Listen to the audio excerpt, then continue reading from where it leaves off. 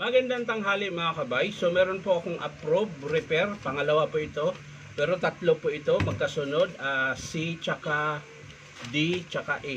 Ayan. Tatlong unit po ito na parehas yung job number. So ang papalitan dito sa liter C mga kabay, 3945C. Ang model nito mga kabay, Steel 670. Heat gun ng Stanley. Papalitan natin ay element tsaka switch. Ayan. So tara mga kabay, samahan nyo ko, kakabit natin. So yan mga kabay, nakalas ko na yung screw. Ay hindi pa pala. May naiwan pang isa. Ayan, nasobran siguro to kahigpit, lumusot. So ayan, tatanggalin na natin yung element niya na bago. Ayan. So sa mga gustong bumili nito mga kabay, yung piyesa ng element ng heat gun na Steel 670, dito po yan mabibili sa Powerman Hardware 530 T. Alonso, Santa Cruz, Manila. So yan mga kabay, kakabit na po natin. Kakalasin ko muna pala yung screw. Ayan.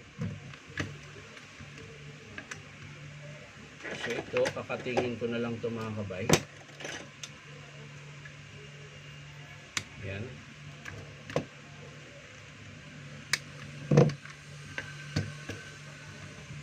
Unahin muna natin yung sa element. Babaklasin natin.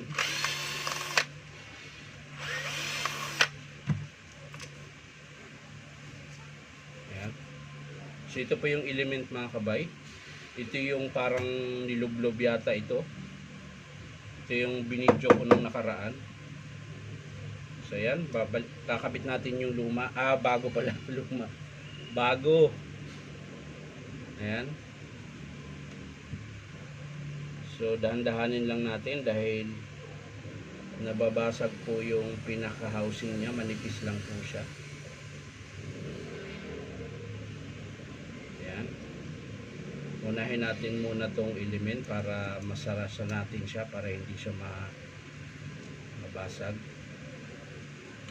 Bago natin kalasin yung nakakabit sa PCB board.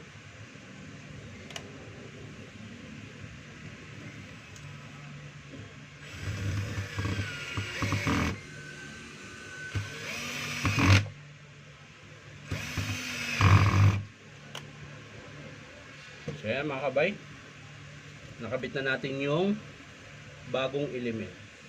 So ang ikakabit na lang natin dito ay yung papuntang PCB board niya mga kabay. So sa mga ganito mga kabay, ganun pa rin. Kung halimbawa hindi nyo gaano kabisado, isa-isahin nyo lang po.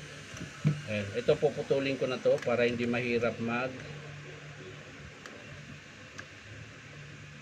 ayan. Total ano naman to, tawag nito, luma na, tsaka sira na. Ayan. So, isa-isahin lang natin pagkalas mga kabay. Ayan, unahin natin yung blue. Blue.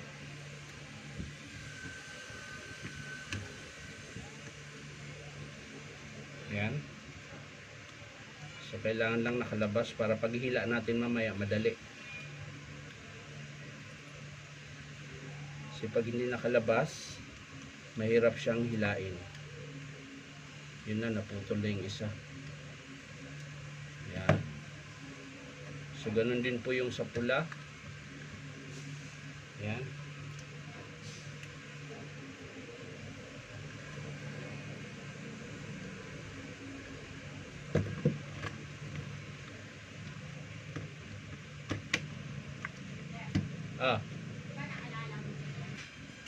So yan mga kabay, isa-isahin lang po natin. Siyempre una, tanggalin natin yung nakahinang. Ayan.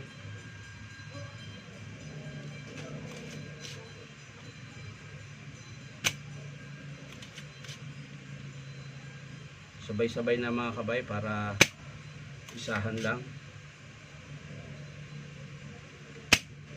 So kung wala ka naman panghigop mga kabay, tulad nito, pwede nyo yan baliktarin, tapos hilain nyo na lang. Ayan. Diba? Ito, yung blue. Ayan, hahawakan nyo dito, tapos hihinangin nyo rito sa pang-init para tapos biglang hugot. Ayan. So ito yung blue unahin natin. Ayan, isa-isa lang. Sa blue muna tayo para hindi kayo malito. Ayan. Isa-isahin lang natin ng hinang mga kabay.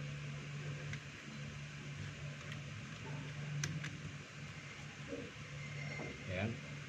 So okay na siya. Hihinang na natin. Hindi gaano makita mga kabay pero ayan. Hihinang natin yung blue.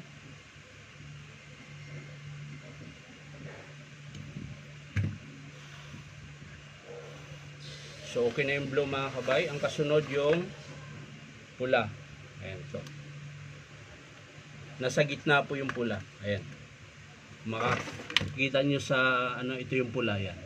So hilain ko na to dahil nakatanggal na po yung hinang niyang kanina. So itutusok din natin yan dito. Yan.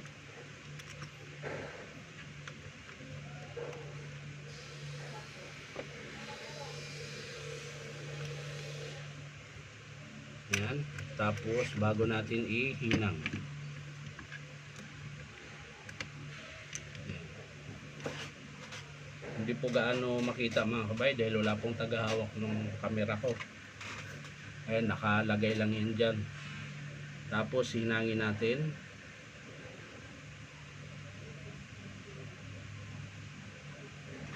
Ayan. So pinakalas mga kabay yung kulay puti. Ayan. So tatandaan nyo mga kabay, ayan, ganyan po yung itsura niyan. Pag steel 670 na heat gun, yan po yung itsura niya. Mauuna yung blue sa dulo, susunod yung pula, ito sa gitna, at ang last yung puti dito. Ayan. Magkakasama sila doon sa kuryente. Ayan. Ito yung supply ng kuryente. Ayan. Magkakasama po yan dito. Ayan. Tapos bubunutin lang natin yung, ito nga hindi siya na ano, matigas pa rin mga kabay kahit hinigop ko na. So may naiwang nakakapit yun. So tanggal na siya mga kabay. Pwede na natin ilagay yung kulay puti. Ayan.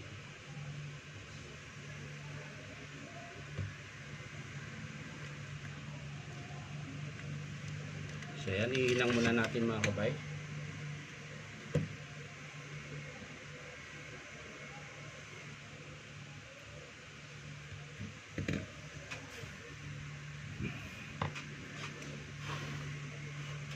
Ayan. So ganun po yung forma niya mga kabay. Ayan. Sa dulo yung blue. Ayan. Yung pula naman sa gitna. Yung puti sa dito sa gilid. Ayan. Ayan. Ito yung puti. Sa gitna yung pula. Sa gilid naman yung blue. Magkadikit sila sa variable, yung nagko-control doon sa init. Yan, variable heat. Hindi ako natawag niyan. Ang alam ko lang ito PCB board, isang buo yan. Pero ito kasi yung nagko-control sa init. Yan. Kung gusto mong sobrang baga, yan yung pupul mo yan ganyan. Kung gusto mo namang mahina lang, konti lang, parang maligam-gam, ayan, tataas mo lang siya. So yan na mga kabay, na ikabit na natin. So ang last ay yung switch. So bubuin na muna natin to mga kabay para isunod natin kabit yung switch. Ayan. So huwag yung kalimutan tong washer na to na malaki. Dahil pag wala po yan, malulusaw yung housing nyo. So huwag yung kalimutang ikabit. Ayan.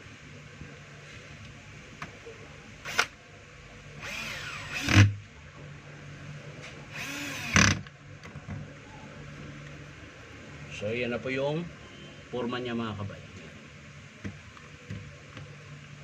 Tapos itong switch, yan, Sisira na yata yung cellphone ko, parang minsan dumidilim. Ayan. Yung switch naman ang ating ikabit. So, ayan. Papakita ko mga kabay kung anong forma ng switch. Green, nakalagay sa may nakarekta, naka-series na wiring. Yung pula sa kabila, ayan. Magkakatapat sila ng brown. Ayan. Yung brown na yan mga kabay, yun yung supply ng kuryente. Ayan. Ayan. Yun yung kapartner. Ayan, yung itong brown. Tapos yung itim naman, yun yung naka-connect naman dito sa puti. Ayan. Ito po yun, magkaka-connecta yan. So yan lang po yung tatandaan nyo. So pag mga ganyan mga kabay, ganun din ang gagawin nyo. Sa isa lang, unahin nyo yung green, red, brown, tsaka yung black. Ayan. Ito naman, yung capacitor niya. Ayan, dito lang naman niya nakakabit. Susundan nyo rin lang, isa-isahin nyo lang tanggalin. Ayan. Hindi ko gaano maipakita pag kinakabit dahil malayo po yung camera. Mahirap naman po magkabit na kaganyan.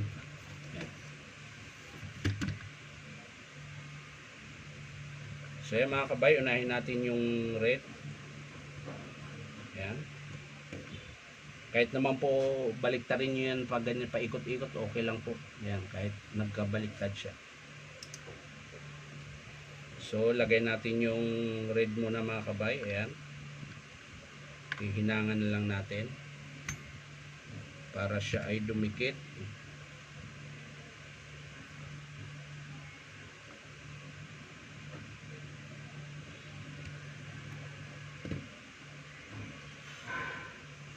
So ayan na po siya, oh.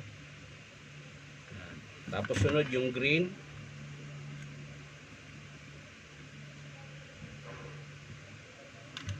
Pero bago natin ikabit yung green mga kabay, tanggalin muna natin itong kulay puti na yan. Kasi yun yung unahin natin pagkabit.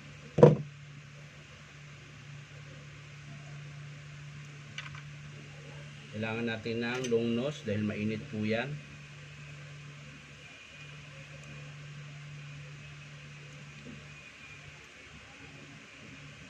Kakalasin ko muna ito mga kabay.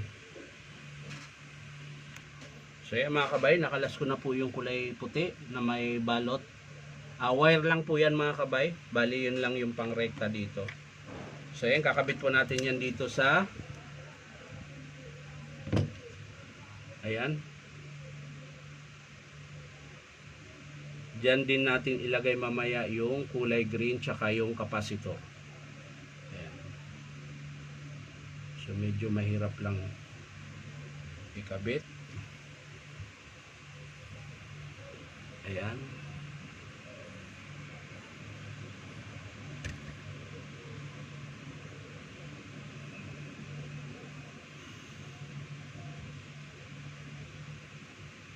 Tapos ayan. So kabit na natin yung green mga kabay. Ayan.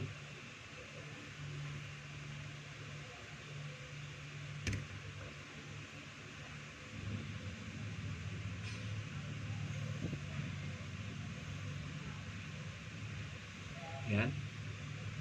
So yan na po siya.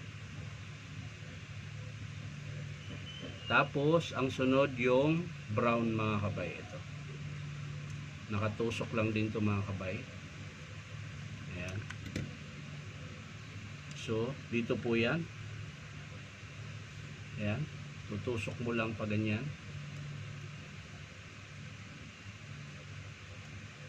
Ayan. So, ihinang natin mga kabay. Para hindi siya mabunot.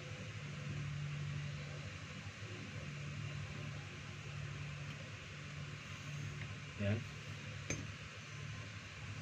So ayan, may kabit na natin yung capacitor na lang ang kulang. So yung capacitor ng mga kabay dito yan sa dulo ng puti. Tatanggalin natin yung capacitor. Capacitor mga kabay, tatanggalin na natin. Tapos atin ihihinang. Ang haba na ng video na to. Nagsisinyas na yung cellphone ko mga kabay, full memory na. So yan na mga kabay.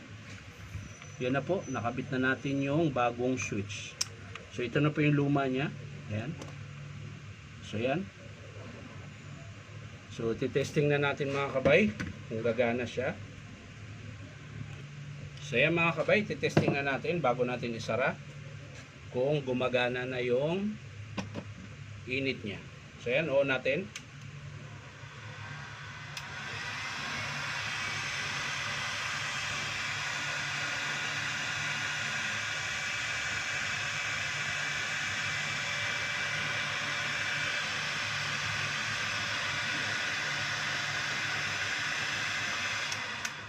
So okay na mga kabay, pinalitan natin ay yung kanyang element tsaka switch. Ayan. So yan mga kabay, sasara na po natin.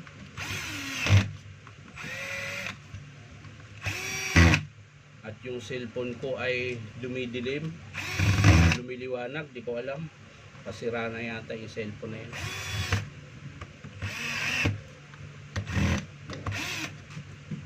So yan mga kabay, maraming salamat ulit sa panonood at palike and share na rin po. At syempre po, baka naman pwede makahingi sa inyo na isang subscribe sa aking YouTube account na Inong Tabay. So maraming salamat ulit mga kabay. Bye bye.